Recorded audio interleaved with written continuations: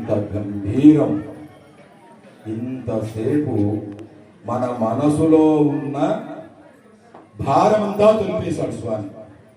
స్వామి దగ్గరికి వస్తుంటే రకరకాల భారాలు ఉంటాయి, ఎందుకంటే సంసారంలో ఉన్నాం కదా. రకరకాల సమస్యలతో భారమంతా తీసేశాడు స్వామి.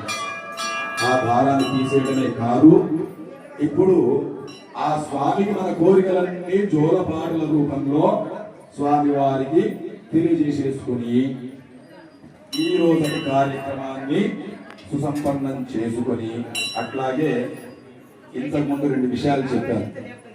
ఇంతకుముందు వల్ల అక్కడ కూర్చుంటే కొంతమంది అడిగారు, గురువు గారు మేము వారం రోజుల క్రితమే నాన్నగారికి చెప్పాము మా ఇంటికి భిక్షకు రమ్మని. నాన్నగారి మా మీద కోపం వచ్చిందో ఏంటో మా ఇంటికి రాలేదు అని చెప్పేసి ఒక 2-3 నన్ను అడిగారు. అడిగితే అప్పుడు అమ్మ గంటలు వాయించదు. అప్పుడు కూడా చెప్పాను, నాన్నగారు ఎవరింటికి వెళ్ళాలని కానీ ఎవరింటికి వెళ్ళకూడదని కానీ ఆ భావనతో రానే రారు, సామాన్య యాచకుల్లాగే వస్తారు. దయచేసి మా ఇంటికి రాలేదు అనే భావన ఎవరూ పెట్టుకోకూడదు. ఆ రోజు ఇవ్వకపోయినా ఇంకా మనకు రేపు ఉదయం 11 గంటల వరకు అవకాశం ఉంది. ఇక్కడికే తీసుకువచ్చి ఇక్కడ వేసేస్తే కూడా మీ మనసులోని బాధ పోతుంది, నాన్నగారు వచ్చిన ఫలము వస్తుంది. నాన్నగారు ఇక్కడే ఉన్నారు, అక్కడ వేసి నాన్నగారికి నమస్కారం చేస్తే నాన్నగారికి భిక్ష ఇచ్చిన ఫలమే ఉంటుంది. కాబట్టి దయచేసి నేను మీ అందరికీ నాన్నగారి మనస్తత్వం తెలిసిన నేను ఒక మాట మాత్రం ఖరాఖండిగా చెప్పగలను. వారికి నేను కొడుకును కాకుండా శిష్యుని కనుక అయి ఉంటే వారి కీర్తిని ఆకాశం అంతా ఎత్తుకు తీసుకువెళ్ళేవాడిని. నేను కొడుకునైపోయాను. కొడుకును అవ్వడం వల్ల నాన్నగారి గురించి చెప్తే తండ్రి డబ్బా మొత్తం కొడుకు కొడుతున్నాడు అన్న భావనలో మీరందరూ ఆ వాక్యాలకు విలువ ఇవ్వని పరిస్థితి ఏర్పడుతుంది.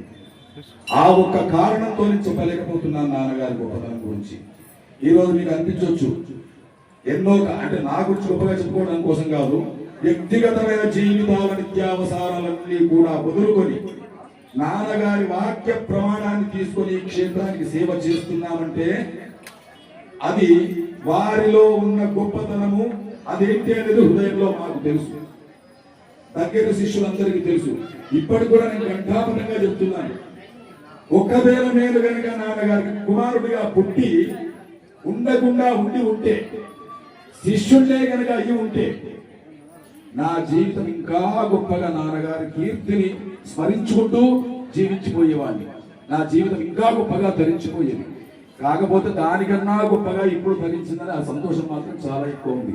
ఎందుకంటే వారి గర్భంలో పుట్టడం వల్ల ఒక్క నాన్నగారు అంటే మాత్రం ఈ క్షేత్రం గురించి ఒక్క నాన్నగారి గురించి చెప్తే తప్పు, ఇంకొకరు మహనీయురాల గురించి చెప్పాలి. అదే నన్ను కన్నా మా తల్లి. నా తల్లి గురించి చెప్పకుండా కేవలంగా నాన్నగారి గురించి మాత్రమే చెబితే ఈ క్షేత్రము అసంపూర్ణమే, నా మాట అసంపూర్ణమే. ఈ రోజు నాన్నగారు మా ప్రవచనంలో ఒక వాక్యం చెప్పారు, ఈ క్షేత్రానికి నాన్నగారికి అన్ని విధాలుగా ప్రేరణ ఇచ్చి ప్రేరేపించి నీకెందుకు మేమున్నాం, క్షేత్రం ఎన్ని కష్టాలైనా సరే ఆ క్షేత్రాన్ని మనం పూర్తి చేస్తున్నాం, నాన్నగారిని ముందుకు తోసి ఈ క్షేత్రానికి ప్రోత్సాహాన్ని ఇచ్చి ఈ క్షేత్రానికి పునాది వేసింది మా అమ్మగారు. మా అమ్మగారు అంత గట్టి, ఇప్పుడు ఖచ్చితంగా చప్పట్లు గట్టే కొట్టాల్సిన విషయం. ఎందుకంటే తను, మా అమ్మగారు 30 సంవత్సరాల నుంచి షుగర్ ఉండింది. షుగర్ ఉంటే కూడా గురు చరిత్ర పారాయణం చేస్తూ ప్రతిరోజు ఉపవాసం, ప్రతిరోజు నెలలో 3 రోజులు 4 రోజులు 3 పూటలా తినేది. మిగతా 27 రోజులు ఒకే ముక్తం. రాత్రి పూట కాని పల్లి పలుకులు లేదా 2 పుట్నాల గింజలు ఇవి వేసుకుంటే నేను చాలాసార్లు కోపంకి వచ్చేవాడిని. అమ్మాయి ఇంటిదమ్మా నీకు షుగర్ పెట్టుకొని బీపీ పెట్టుకొని ఇట్లా ఆహారం లేకుండా ఉంటే నీ రోగం ఏంటిది అంటే, ఎప్పుడన్నా నేను దత్తుడి దగ్గర పోవాల్సిందాన్ని కదరా, దత్తుడి సేవలోనే కదరా ఉన్నాను నేను, దత్తుడి సేవలో వెళితే ఇంకా అంతకన్నా గొప్పది ఏంటిదిరా నాకు అని ఎన్నోసార్లు కోపంగా కూడా చెప్పినటువంటి సందర్భాలు ఉన్నాయి మా తల్లి. అటువంటి తల్లి కడుపులో పుట్టినందుకు, ఇటువంటి తండ్రి కడుపులో పుట్టినందుకు ఈ దత్తభక్తి మాకు నిలబడింది కావచ్చు. ఈ దత్తభక్తిలో మేము ధరించడమే కాదు, మాతో పాటు వందలాది వేలాది శిష్యుల్ని ధరిస్తున్నారు ఈ పీఠం నుంచి. ఎందరో ఎన్నో రకాలైనటువంటి కోరికలైతే ఏంటి, కష్టాలైతే ఏంటి, రకరకాల సమస్యల నుంచి గట్టెక్కుతున్న వాళ్ళు ఉన్నారు ఈ క్షేత్రం నుంచి. ఇటువంటి గొప్ప క్షేత్రంలో ఈ రోజు దత్త జయంతి సంపూర్ణ సుసంపన్నం కాబోతుంది.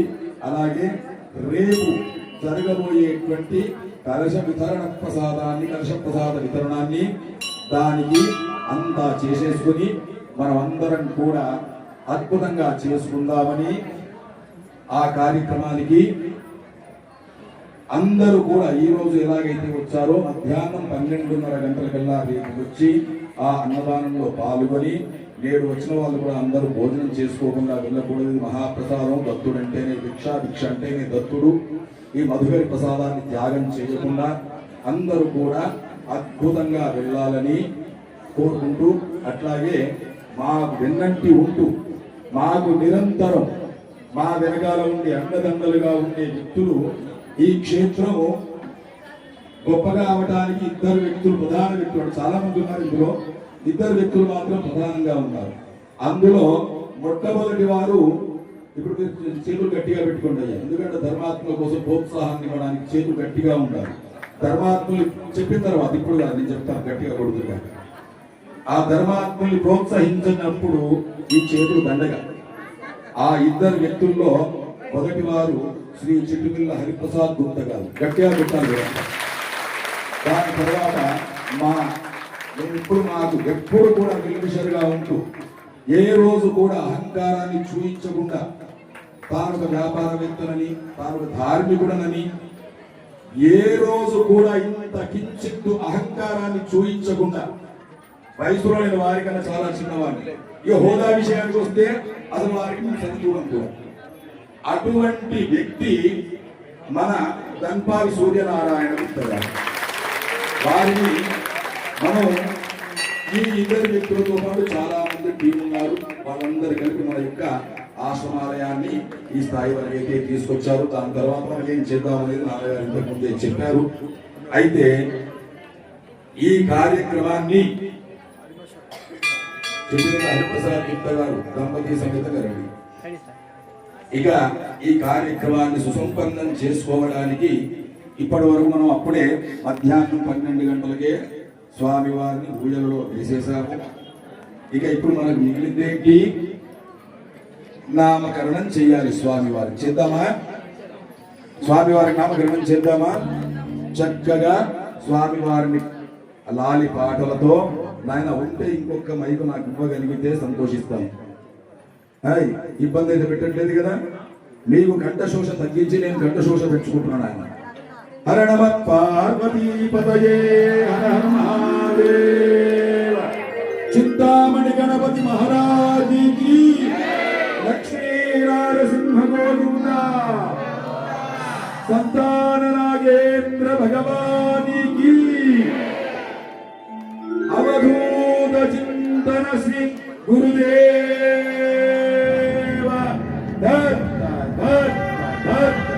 స్వామి మహారాజుకి.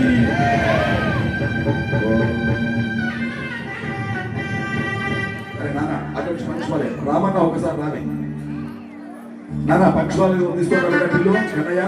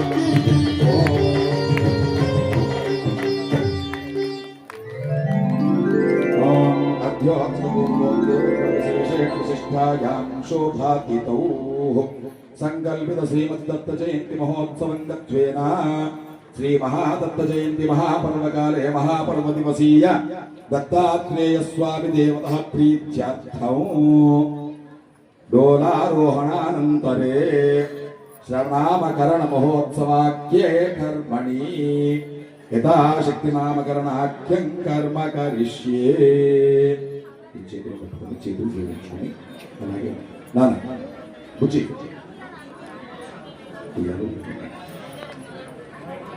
ఉయ్యాలలుగగా రావయ్యా గురు రూపమయ్య మా దత్తదేవా ఉయ్యాలా జంపాలా ఉయ్యాలలుగగా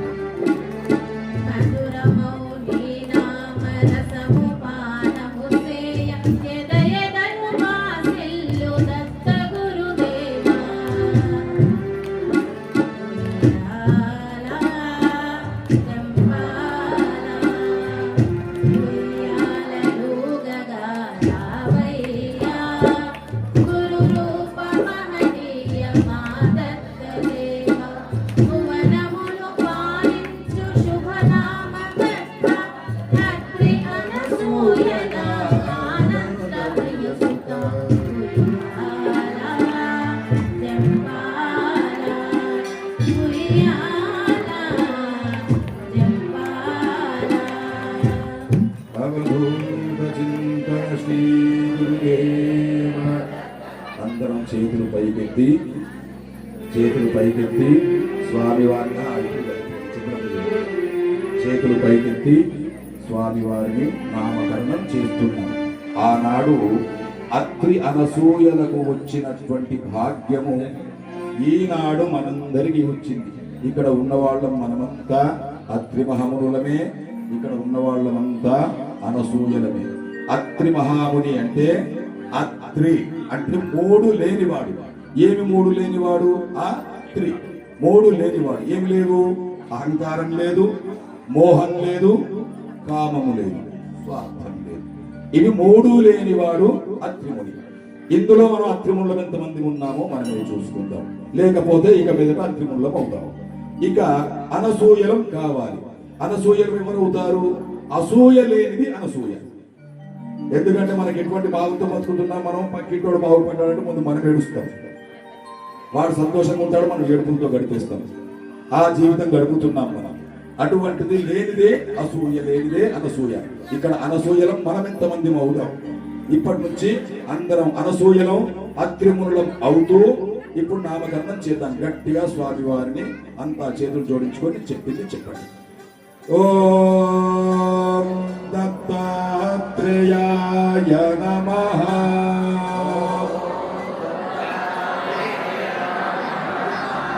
ఓం దత్తాత్రేయాయ నమః.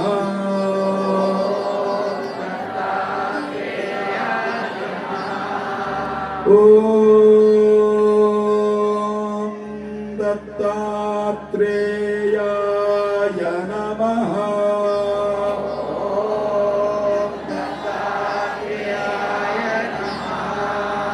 ఓం దత్తాత్రేయాయ నమః.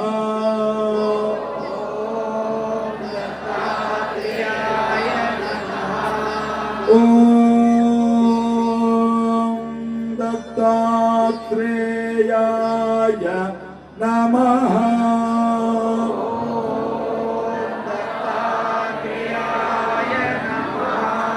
అవధూత చింతన శ్రీ గురుదేవ.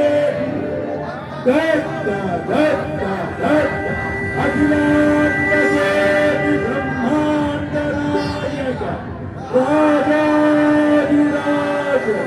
యోగిరాజ శ్రీపాద శ్రీవల్లభ శ్రీ నృసింహ సరస్వతి సద్గురు దత్తాత్రేయ స్వామి महाराज की. श्री गुरु दत्ता जय गुरु दत्ता, श्री गुरु दत्ता जय गुरु दत्ता, श्री गुरु दत्ता जय गुरु दत्ता, श्री गुरु दत्ता जय गुरु दत्ता, श्री गुरु दत्ता जय गुरु दत्ता.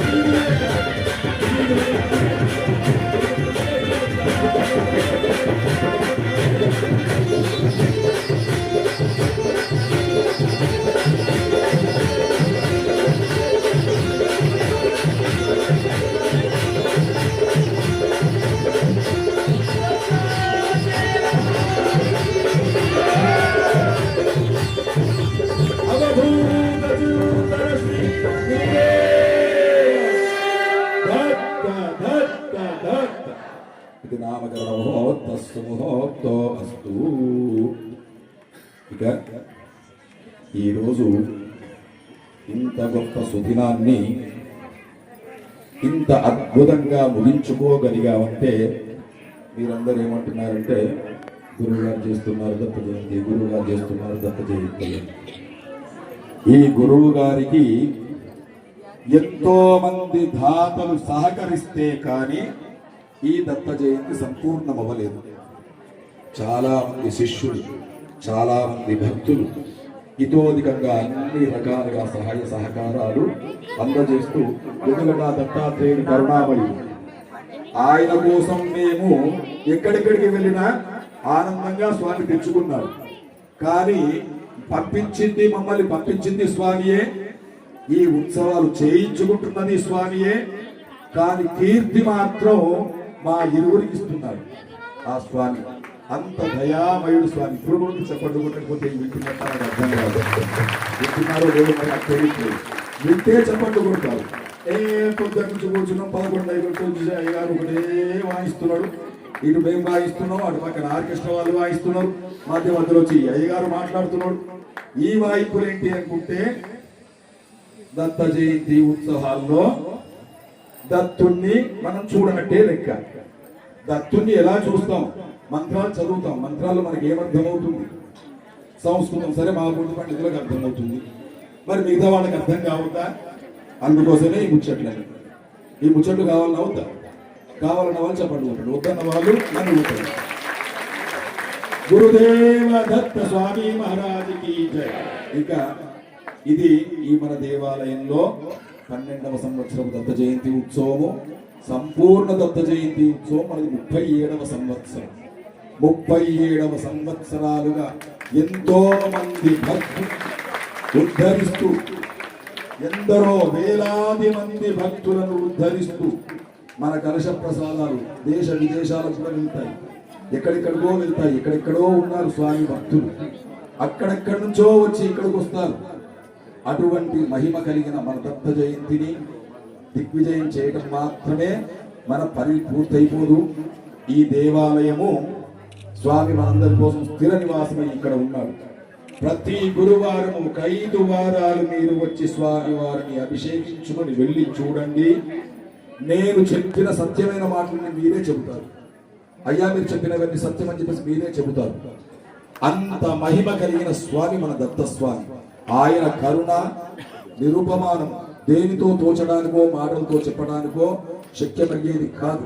అటువంటి దత్త జయంతిని జయప్రదం చేసినటువంటి మా యొక్క శిష్యులకు, మిత్రులకు, మా ట్రస్ట్ సభ్యులకు అందరికీ పేరు పేరున దత్తాత్రేయ స్వామి వారి యొక్క సంపూర్ణ అనుగ్రహం ముందుగా కాలని ఆశీర్వదిస్తూ దత్త జయంతి ఉత్సవాలు సుసంపన్నం చేసిన మీ అందరికీ, వచ్చిన భక్తులకు, పిల్ల పాపలకు అందరూ కూడా ప్రయోజకులై మీ మనోవాసనలన్నీ కూడా సంపూర్ణమవ్వాలని ఆ దత్తస్వామిని మనస వాచ కర్మణ వేడుకుంటూ నేటి ఈ కార్యక్రమాన్ని స్వస్తి పలుకుతూ, అయ్యా మీరు భజనలు మాత్రం చేస్తూ ఉంటారు, నా కార్యక్రమం స్వస్తి, మీ కార్యక్రమం కాదు.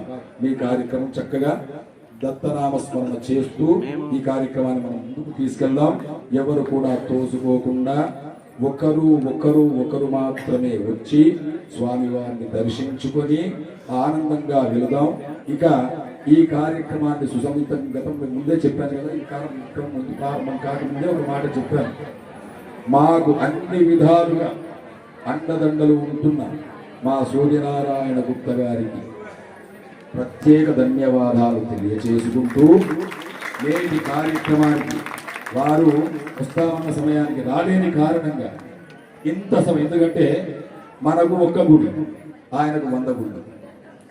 ఎందుకంటే దత్త జయంతి ఉత్సవాలు జరుగుతున్నాయి కేవలం మన దగ్గరనేనా. నిజామాబాద్లో గతంలో 37 సంవత్సరాల క్రితం వెళితే నిజామాబాద్ జిల్లాలోనే ఒకే ఒక్క చోట దత్త జయంతి ఉత్సవాలు జరిగేది, అది మన దగ్గర. దీనికంటే చూపట్టండి చెప్పండి, దీనికి కూడా కొట్టకపోతే చెప్పి పట్టించుకోవాలా నేను. 37 సంవత్సరాల క్రితం ఏకైక దత్త జయంతి ఉత్సవాలు నాన్నగారు ఆధ్వర్యంలో జరిగేవి. ఈ రోజు నాన్నగారి శిష్యులే నిజామాబాద్ 4 చోట్ల దత్త జయంతి ఉత్సవాలు చేస్తున్నారు. ఇది సత్యం. మేము మొదట దత్త జయంతి ఉత్సవాలు చేసినాడు దత్తాత్రేయుని పటాన్ని చూసి ఏం దేవుడు అని అడిగిన వాళ్ళు ఇంతమంది.